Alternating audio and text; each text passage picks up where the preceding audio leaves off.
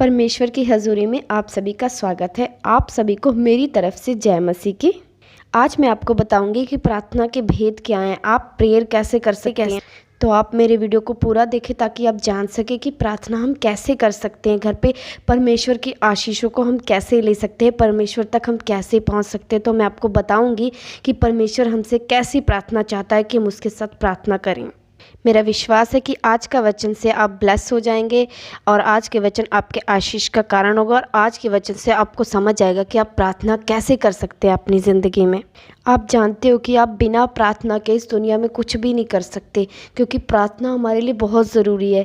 जब प्रभु यीशु मसीह आए, यहाँ पे दुनिया में रह के गए हैं, तो आप उनके ज़िंदगी को देख सकते हैं कि उन्होंने अपनी ज़िंदगी की शुरुआत प्रार्थना से की है और प्रार्थना से ही अंत की है। वो दिन रात प्रार्थना किया करते थे, चमत्कार करने से पहले प्रार्थना करते थे और रात रात वो प्रार्थना किया करते थे, यानी वो प्रार्थना को बोते थे अपनी ज़िंदगी में। उनको पता था कि मैं बिना प्रार्थना के कोई भी चमत्कार या कोई भी सामर्थ्य चीज़ नहीं कर सकता। इसीलिए आप जब भी देखेंगे तो यीशु मसीह को आप पूरी रात प्रार्थना करते देखेंगे। अगर आपके पास बाइबल है तो प्लीज़ आप बाइबल खोल लें, उसमें आप निकालिए मरकुस 1:35 आए। मैं आपको पढ़ के बताती हूँ कि कैसे परमेश्वर प्रार्थना किया करते थे। 35 भोर को दिन निकलने से पहले वह उठकर निकला और एक जंगली स्थान में गया और वहां प्रार्थना करने लगे। तो देखो, प्रभु यीशु मसीह खुद भोर को निकल जाते थे प्रार्थना करने। आज लोग प्रार्थना कब करते, सुबह शाम कर लेते हैं, पर परमेश्वर चाहता है वो भोर को। आप भजन संहिता पढ़े, उसमें से परमेश्वर ने क्या कहा है, तू मुझे भोर को तृप्त कर, तू मुझे उत्तम टाइम दे। उत्तम टाइम क्या परमेश्वर डिमांड करता है कि मुझे भोर को तृप्त कर। देखो, आप खुद देखो, यीशु मसीह भोर को ही निकल जाते थे प्रार्थना करने। एक जंगली स्थान पे पूरी रात रात प्रार्थना किया करते थे, यानी वो अपनी ज़िंदगी में प्रार्थना बोते थे। तो वो अपनी ज़िंदगी में प्रार्थना बोते थे तो सामर्थ्य को काटते थे। अगर आप अपनी ज़िंदगी में प्रार्थना बोएंगे तो परमेश्वर के फलों को काटेंगे। जिस तरह आपको अपनी ज़िंदगी में फाइनेंस की दिक्कत होती है तो आप दशवांश देते हो ताकि आपको दिक्कत ना आए, आपको परमेश्वर ब्लेस करे, क्योंकि आप दशवांश देते हो। इसी तरह प्रार्थना का भी दशवांश होता है। 24 घंटे में परमेश्वर भी आपसे दशवांश मांगता है। 2 घंटे 24 मिनट आपको परमेश्वर को देना चाहिए, क्योंकि परमेश्वर मांगता है, ये डिमांड है परमेश्वर की तरफ से। अगर आप प्रार्थना करेंगे, आप परमेश्वर को वक्त देंगे अपना, तो परमेश्वर भी आपको टाइम देगा। जब आप मुसीबतों या कभी भी कोई दुख हो तो आप परमेश्वर को पुकारेंगे तो परमेश्वर आपकी सुनेगा। बिना प्रार्थना के आप कुछ भी नहीं पा सकते। अगर आप सोचो मैं बिना प्रार्थना के कभी कुछ परमेश्वर से मांगू तो मिल जाएगा, नहीं, क्योंकि प्रभु यीशु मसीह यहाँ पे आए, वो खुद बिना प्रार्थना के उन्होंने कुछ नहीं किया। जब भी कोई चमत्कार किया, प्रार्थना के साथ किया। पहले उन्होंने प्रार्थना की, रात रात वो प्रार्थना करते थे।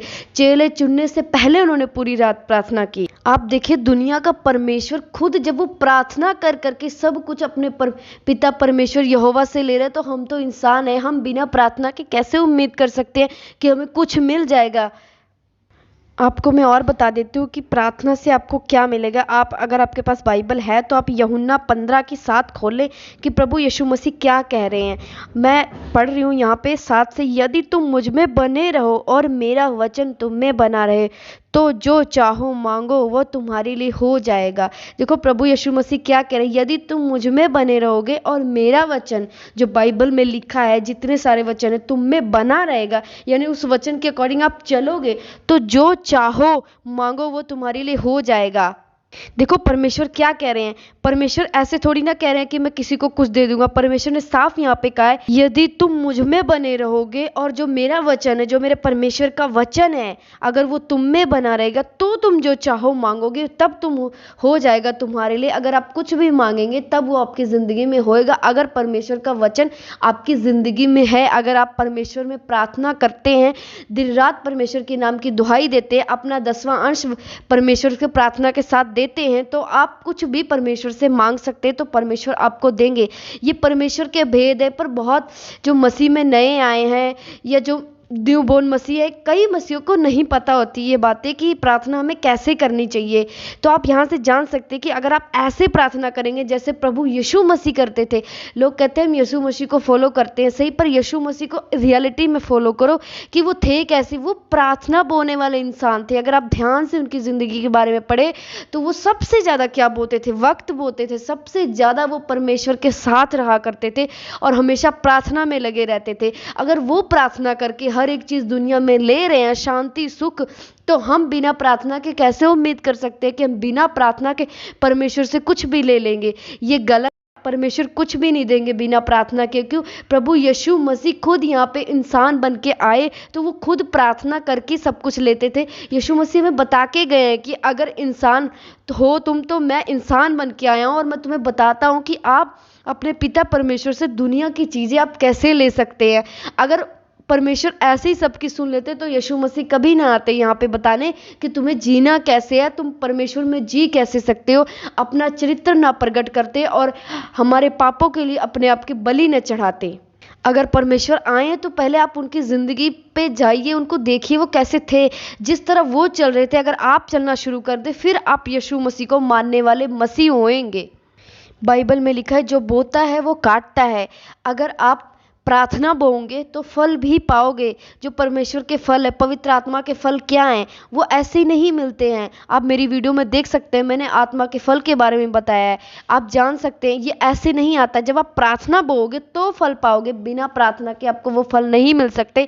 आप जितना मर्जी परेशान रहते हैं, आपका हल सिर्फ एक ही है, वो प्रार्थना है। आज तक कोई परेशान है, दुखी है किसी भी चीज़ को लेके, तो वो अपनी सुख बाहर ढूंढते, दुनिया में ढूंढते, किसी के पास बैठने में या किसी से बात करके। पर ये गलत चीज़ है। अगर आपको अपना सुख ढूंढना है तो आप जब भी परेशान हो, कभी भी दुख मुसीबत आए, तो आपका हल सिर्फ एक ही है, सिर्फ प्रार्थना। चाहे मन करे चाहे ना करे, तब भी आप प्रार्थना करो, क्योंकि प्रार्थना ही हल है जिससे वो आपको पूरी ज़िंदगी के लिए सेट कर सकते हैं परमेश्वर। अगर आप इधर उधर जाओगे तो वो थोड़े टाइम के लिए होगा, टेम्परेरी के लिए होगा कि चलो थोड़े टाइम के लिए आप शांत हो गए, उसके बाद वो दुख फिर से आपको घेर लेगा। पर अगर आप प्रार्थना में जाओगे तो वो दुख कभी भी नहीं आपको घेर पाएगा। और मैं आपको बताना चाहती हूँ कि आप लोग जब भी प्रार्थना करें तो हर समय प्रार्थना करें। ज़्यादातर तो लोग प्रार्थना तब करते हैं जब उन पर कोई दुख मुसीबत या बीमारी या कोई प्रॉब्लम आ जाती है, तब वो प्रार्थना करते नहीं। अपने सुखों के दिन में भी प्रार्थना आप कीजिए, क्योंकि आपको सुखों के दिन में प्रार्थना करेंगे तो कभी भी वो दुख वाले दिन में आप कभी परेशान नहीं होंगे, क्योंकि परमेश्वर ने कहा है कि धर्मी बचाया जाएगा। इसलिए अगर आप सुखों में प्रार्थना करेंगे तो वो दुख आपके ऊपर ज़्यादा देर तक नहीं रह सकती, क्योंकि परमेश्वर आपको छुड़ा लेगा, क्योंकि बाइबल में लिखा हुआ कि वो धर्मियों को छुड़ाता है। आपको पता लग गया ना परमेश्वर किनको छुड़ाता है। परमेश्वर ने साफ कहा है, यदि तुम मुझ में बने रहोगे, मेरा वचन तुम में बना रहेगा, फिर तुम जो भी कुछ मांगोगे तब तुम्हें मिलेगा। बिना प्रार्थना के आप कुछ भी नहीं ले सकते। या आप सोचो मैं प्रार्थना कर रहा हूँ, वचन भी नहीं पढ़ते, फिर भी आपकी ज़िंदगी में काम नहीं होगा। आप सिर्फ प्रार्थना करोगे तब भी, क्योंकि परमेश्वर ने साफ लिख दिया मेरा वचन भी तुम में बना होना चाहिए। यदि मैं नहीं, मेरा वचन भी तुम में बना होना चाहिए, तो फिर तुम कुछ भी मांगोगे तो वो तुम्हारे लिए हो जाएगा। प्रार्थना के लिए आपकी पर्सनल प्रेयर होनी बहुत ज़रूरी है। बहुत लोग प्रेयर करते हैं, घर में प्रेयर करते हैं, फैमिली के साथ प्रेयर करते हैं, ठीक है, पर परमेश्वर पर्सनल प्रेयर मांग रहा है। परमेश्वर ने बाइबल में क्या लिखा है, जब तुम मुझसे प्रार्थना करे तो अपनी कोठरी में जा और दरवाज़ा बंद करके गुप्त में मुझसे प्रार्थना कर। अगर परमेश्वर ये बातें ना कहते कि तुम सबके साथ मिलकर प्रार्थना करो, सबके साथ मिलकर प्रार्थना करो, पर गुप्त में भी करो, आपकी पर्सनल प्रेयर भी होनी चाहिए जो आपका सिर्फ पिता परमेश्वर देखता है और कोई नहीं देखता, तब वो तुम्हें तुम्हारा प्रतिफल देगा। आप बाइबल में ध्यान से पढ़ सकते हैं, सब कुछ परमेश्वर ने लिखा हुआ है। यदि आपको इसमें कुछ ना समझ आया हो तो प्लीज़ आप मुझसे कमेंट करके पूछ सकते हैं। और thank you so much, very much. आप मेरी वीडियो को देखिए। अगर आपको और वीडियो सुननी है, जाननी है, तो प्लीज़ मेरे चैनल को सब्सक्राइब कर दीजिए।